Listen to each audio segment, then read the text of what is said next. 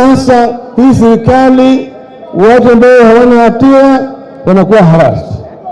Wale ambao walikuwa wezi, ambao walipelekwa mahakamani, mahakama ikapata wana hatia, hata pesa ambao walikuwa wameiba, mahakama ikaamua ichukuliwe na serikali, kama Bwana Gachagua shilingi milioni 200.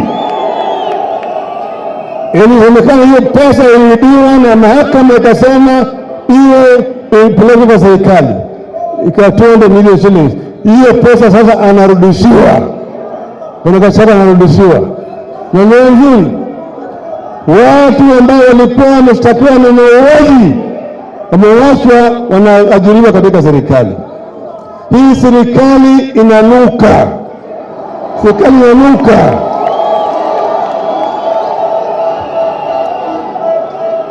Hawana chochote ambao wanaweza kupanga kwa watu wetu.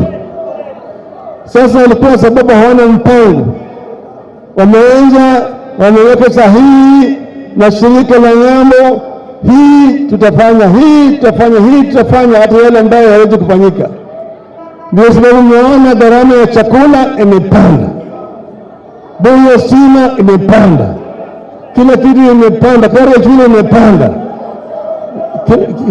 Sasa uchumi hawezi kuendelea.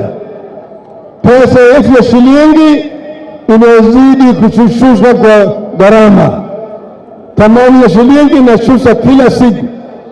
Sasa imefika dola moja shilingi 100, shilingi 130.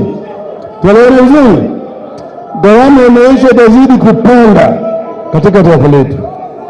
Ndio sababu tunasema hawa jamaa halikuwa hawana mpango na hata hawatakuwa na mpango.